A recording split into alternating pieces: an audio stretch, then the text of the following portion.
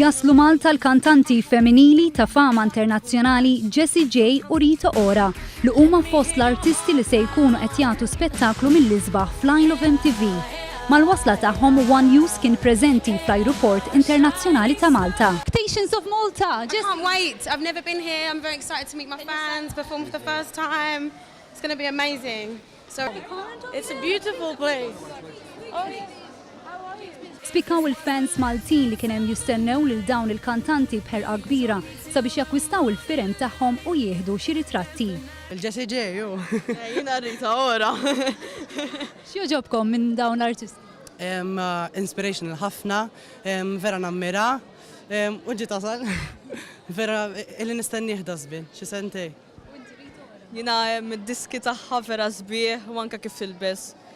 L-Isle of MTV qed jittella f'pajjiżna għas 7 sena konsekuttiva fejn qed jikseb popolarità kontinwa fost il-Maltin u b'mod speċjali mat-turisti u l-fosos tal-Florjana mistenni jilqa' madwar 50,000 persuna. Slu fl-aħħar il-preparamenti tal-avveniment annwali li sappostu fil-kalendarju Malti l-Isle of MTV fuq il-fosos tal-Florjana li l-erba' mistennija folol kbar ta' Maltin kif ukoll ta' turisti b'line-up ta' artisti ta' fama internazzjonali Jessie J, Rita Ora, Rudimental u DJ Afrojack.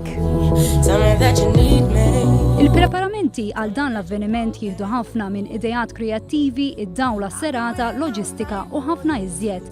Dwar dan tispjeganna l-produttur eżekuttiv tal-Isle of MTV, Jane Fraser. There's a lot of preparation that goes into a show this big, so we usually start working on the show 3 to 4 months before.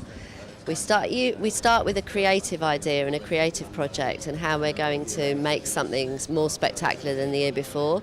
And then we start putting together the actual production of the event, all the different elements, the lighting, the set, the stage, the organisation of the whole site. And then there's the TV broadcast, which is obviously a really fundamental part of the production of the show. L-idea tal-Isle of MTV tmur lura għall-2001 fejn għall-ewwel f'Malta kienu jiġu organizzati summer parties li imbagħad ma' snin evolvew f'avveniment kbir li attira bosta persuni. Well, we actually came here for the first time in around 2001 and put on some small sort of summer dance parties really, which we then did every year, became MTV Summer Dance. And then obviously our relationship with the island and with the people here grew from that. Dan l-avveniment se jservi ta' opportunità biex nipromuovu lil Malta bħala destinazzjoni turistika fejn jappella d-divertiment u żgħażagħ fejn normalment pajjiżna huwa assoċjat aktar mal-istorja u l-kultura. Dan qalu l-Ministru għat-Turiżmu Carmenu Vella waqt konferenza tal-aħbarijiet fuq il-palk tal-Isle of MTV waqt il-preparamenti għall-istess avveniment. Għall-ewwel darba waqt l-Isle of MTV se tkun organizzata inizjattiva differenti fejn se jkun hemm prodotti tal-MTV għall-bejħ u l-profitti se jmorru għall-YMCA. Preżenti kien hemm ukoll iċ-chairman tal-MTA Gavin Gulija.